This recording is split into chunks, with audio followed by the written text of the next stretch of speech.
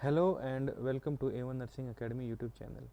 आज मैं आपको बताऊंगा कि बीएससी नर्सिंग का जो फॉर्म है, काउंसलिंग फॉर्म, वो कैसे भरा जाता है। जिस दिन से काउंसलिंग की डेट आई है उस दिन से लेके और आज तक लगातार इतने फ़ोन कॉल्स हमारे पास आ रहे हैं कि ये फॉर्म फिल करना एक तरीके से बहुत ही मुश्किल हो पा रहा है बच्चों के लिए।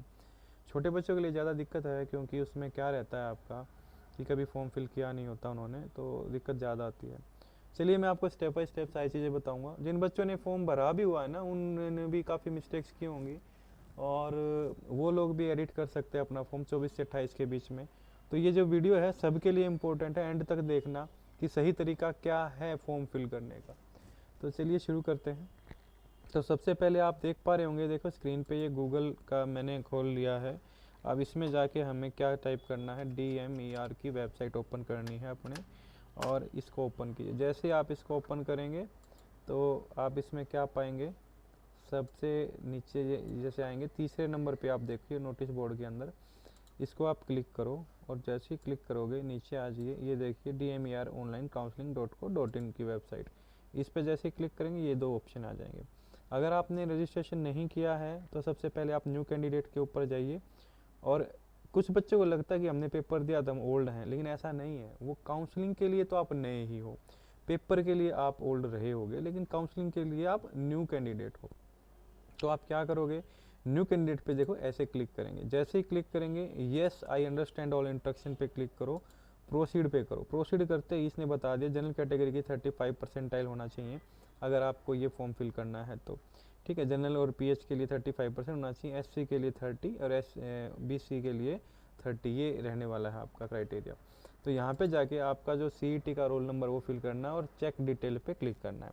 जैसे ही आप क्लिक करेंगे तो आपके सामने क्या आएगा कि आपके सामने आएगा एक आपके फ़ोन नंबर पे और आपकी ईमेल आईडी, जो आपने जब फॉर्म भरा था बिल्कुल स्टार्टिंग में पेपर देने के टाइम पे, उन पे एक OTP जाएगी। OTP में क्या होगा, आपका एक पासवर्ड दिया जाएगा और एक आपको यूज़र आईडी दी जाएगी। तो आपको क्या करना है, उस यूज़र आईडी और पासवर्ड से अपने आप को लॉगिन करना है। जैसे आप लॉगिन करेंगे तो वो चेंज पासवर्ड के लिए बोलेगा। तो वहाँ पे जाके आप पहले पुराना पासवर्ड जो आपके ईमेल या फ़ोन पे आया होगा वो वाला यूज़र आईडी और पासवर्ड दोनों फिल करके नया पासवर्ड आप जनरेट करेंगे वहाँ पे। एक बार पासवर्ड पुराना, फिर नया जो पासवर्ड आप बनाना चाहते हो, जिस पासवर्ड के अंदर एक बड़ा कैरेक्टर मतलब कैपिटल और एक आपका @ या कोई भी सिंबल, हैश का सिंबल इस टाइप से, और इस तरीके से एक नंबर कोई भी 1 2 3 जो भी हो सकता है आपका, तो ये लेंगे और आपका नया पासवर्ड जनरेट हो जाएगा। फिर आप लॉगिन कर पाएंगे। जैसे ही आप लॉगिन करेंगे फिर उसके आगे की प्रक्रिया मैं आपको बताता हूँ, क्योंकि हमने यहाँ पे क्या किया हुआ है, ऑलरेडी बच्चे का रजिस्ट्रेशन कर रखा है न्यू वाला। तो देखो हम क्या करेंगे, रजिस्टर्ड कैंडिडेट पे जाएंगे। ये वाला प्रोसीजर हम पहले ही कर चुके हैं। तो हम रजिस्टर्ड कैंडिडेट पे जाएंगे। जैसे हम रजिस्टर्ड कैंडिडेट पे जाएंगे तो उसकी यूज़र आईडी भर देंगे। जैसे ही मैं करूँगा क्लिक, देखो इस बच्चे के बारे में सारी इन्फॉर्मेशन इसके अंदर आ गई है। निशा नाम की गुड़िया है, ये इसका डेट ऑफ बर्थ है और ये इसकी ईमेल आईडी, ये सारी चीज़ें आ गई। अब हमें सबसे पहले क्या करना होगा, यहाँ पर हम 5 MB तक का कोई अच्छा फ़ोटो डाल सकते हैं अपना। सबसे पहले हम क्या करेंगे, अपडेट फोटोग्राफ करेंगे। अपडेट फोटोग्राफ करेंगे तो चूज़ ए फाइल। तो भाई ये देखिए यहाँ से मैंने क्या किया है, चूज़ फाइल करके ये फ़ोटो अपलोड कर दी है।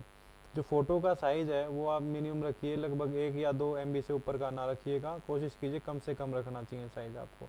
उसके बाद ये फ़ोटो मैंने यहाँ पे अपलोड कर दी है। अपलोड करने के बाद अगला मेरा जो प्रोसीजर रहेगा वो क्या रहेगा, ये देखिए आप रजिस्ट्रेशन में मैं जाऊँगा, यहाँ पे जहाँ पे मेरा माउस है क्लिक किया मैंने, बेसिक रजिस्ट्रेशन में जाता हूँ मैं। तो मैंने देखो ये 9 स्टेप कंप्लीट करने हैं, तो मैंने अपना पहला स्टेप कंप्लीट कर लिया है। अगला स्टेप मेरा इनकम्प्लीट दिखा रहा है, सारे इनकम्प्लीट दिखा रहा है। तो मैं क्या करूँगा, proceed to fill edit form. देखो प्रोसीड टू फिल करते ही देखो पर्सनल इन्फॉर्मेशन, पहला जो फोटो लगाने वाले काम थे वो मैं कर चुका हूँ, मतलब वो अभी चलेगा, अभी फोटो लग चुका है। अब ये बेसिक इन्फॉर्मेशन देखो, इसका नाम आ गया गुड़िया का, इसके फादर नेम आ गए, फीमेल, ये सारी चीज़ें आ गई हैं। जो मुझे इस यहाँ पे फिल करना, वो क्या करना है, देखो पढ़ो इसको। Kindly fill your bank account detail for refund purpose. Refund purpose, जिस अकाउंट में आप पैसे वापस मंगाना चाहते हो, काउंसलिंग की जो फीस जमा होगी, अगर आपका एडमिशन नहीं होता है या फिर किसी अलग अलग जगह पे आप वो करते हो पेमेंट, तो वो पैसा जो आपका, वो आपका पैसा वापस आएगा इस अकाउंट में। ठीक है, तो इस अकाउंट में वो पैसा आपका वापस आएगा। तो यहाँ पे मान लीजिए आप माइनर है, 17 साल के हैं, 18 साल के हैं, और 18 साल का तो माइनर नहीं रहता है, 17 तक हैं या 18 के नहीं हुए हैं, तो उस केस में क्या होगा, अपने पापा मम्मी किसी का भी अकाउंट दे सकते हो जिसके में वो पैसे वापस आ जाएंगे। तो मेरे पास इस गुड़िया का एक बार मैं देख लेता हूँ, गुड़िया ने जो मेरे को सेंड किया है, बैंक लिमिटेड, ठीक है, ये बैंक का नाम है, और हम इसको प्रोसीड कर देंगे। प्रोसीड करते ही क्या होगा, ये देखो ये लिखा हुआ है कि are you a Haryana bonafide resident, क्या आप हरियाणा में बोर्न रेजिडेंट है? तो बिल्कुल हैं। अच्छा, have you completed 12th class from Haryana, तो इसको यस करना आपको। मैक्सिमम बच्चे हरियाणा से हैं, जो बाहर का वो बाहर का कर सकता है भाई। ये क्या लिखा हुआ है, कैटेगरी, भाई किस कैटेगरी से आप बिलोंग करते हो? तो जैसे कि ये गुड़िया हमारी जो है जनरल कैटेगरी से बिलोंग करती है, तो वो यहाँ पे फिल कर। जा रही हो applying for under PWD category, ये आपका नो आएगा, ये फिजिकल हैंडीकैप वालों के लिए होता है भाई। तो ये आपको, अगर आप इसमें आते हैं तो ये नोटिफिकेशन पढ़ लेना यहाँ से, अदरवाइज नो कर देना। Are you ward of arm forces personnel, तो इसमें अगर कोई आर्म फोर्सेस पर्सनल है तो वो कर सकता है, अदरवाइज आपको यहाँ पे नो करना है। Are you grandson of freedom fighter, तो आजकल बहुत कम ही रह गए हैं, अगर कोई है तो यस कीजिए, नहीं तो नहीं। Do you want to apply for NRI seat, तो आप यहाँ पे नो कर दीजिएगा, ठीक है। आप NRI सीट के लिए अप्लाई नहीं करेंगे, नहीं तो डॉलर्स में आपको देनी पड़ेगी फीस, ठीक है। आगे मैं प्रोसीड टू पे कर देता हूँ इसको, ये लीजिए। जैसे ही करते हैं इसको प्रोसीड टू पे, आगे देखिए are you in service of medical department में कहीं भी आप काम करते हैं तो है हाँ या नहीं, आपने NOC ले रखा है, तो वो अगर आप काम करते हैं तो आपको NOC लेना होगा, अगर आप नहीं करते हैं, मेरे ख्याल से तो बहुत कम होंगे ऐसे, तो यहाँ पे नो करना आपको। नो करने के बाद सेव एंड प्रोसीड करना है, फिर आपको यहाँ पे डालना मेलिंग एड्रेस अपना। तो आपने यहाँ पे देखा कि इस गुड़िया का मैंने सारा एड्रेस डाल दिया है। एड्रेस डालने के बाद आप सेव एंड प्रोसीड करेंगे तो अगले प्रोसेस पे पहुँच जाएंगे, जिसके अंदर आपने देखिए एजुकेशन क्वालिफिकेशन मांग रखी है। देखो आप 10+2 पास हैं, तो ऑब्वियस सी बात, तभी तो आपने पेपर दिया है, 10+2 पास हैं। तो अभी देखो इसमें कर देंगे इसको। अब जैसे प्रोसीड करेंगे, देखो ये तीनों जो है ना, ये देखो तीनों, ये स्टेट कोटा और ये सारी चीज मैंने कोटा, ये सारे अपने आप हो जाएंगे। NRI कोटे में आपको तब करना है जब NRI कोटे में लेना चाहते हो, आप बाहर से आए हो, ठीक है, तो उसके लिए फिर डॉलर्स में आपको पे करना है, तो ये आपको नहीं करना है, आगे करना है प्रोसीड, बस सेव एंड आगे, ठीक है। अब प्रोसीड कर रहे हैं हम। अब यहाँ पे क्या करना है, हमें फोटो लगाने हैं। और फोटो का जो साइज देखो, यहाँ पे मैं क्लियरली बता देता हूँ आप बच्चों को, फोटो की जो हाइट है वो 175 पिक्सल होनी चाहिए, और जो विड्थ है वो 135 पिक्सल होना चाहिए। या पेंट में भी आराम से कर सकते हो, ठीक है। तो भाई देखिए, देखो आपने मैंने इस गुड़िया की फोटो और साइन दोनों अपलोड कर दिए हैं, और अपलोड होने के बाद आपको क्या करना है, आपके 7 स्टेप जो हैं वो कंप्लीट हो चुके हैं। सेव एंड प्रोसीड करना है यहाँ से। सेव एंड प्रोसीड के बाद ये आपसे ये डॉक्यूमेंट मांगेगा, 10+2 resident domicile and date of birth का सर्टिफिकेट, ये चारों आपके होने चाहिए। इसमें एक खास बात ये है, ये सारे JPG फॉर्मेट होना चाहिए या PDF फॉर्मेट होना चाहिए। साथ में आपका फाइल का जो मैक्सिमम साइज है वो 1024 KB, मतलब 1 KB का आपका होना चाहिए इसके अंडर। इससे नीचे रहेगा तो चलेगा, इससे ऊपर होगा तो वो नहीं लेगा। चलिए भाई इसकी फाइल अपलोड करते हैं। 10+2 की गुड़ी यहाँ पे 10th का लगा दीजिए और सेव एंड प्रोसीड कर दीजिए। उसके बाद देखिए एप्लीकेशन फॉर्म डेटा कंप्लीटेड हो गया आपका। स्क्रॉल डाउन करके सारी डिटेल चेक कर लीजिए। इसके अंदर कुछ भी डिटेल में अंदर आपको दिक्कत लगती है तो आप उसको चेंज कर सकते हैं।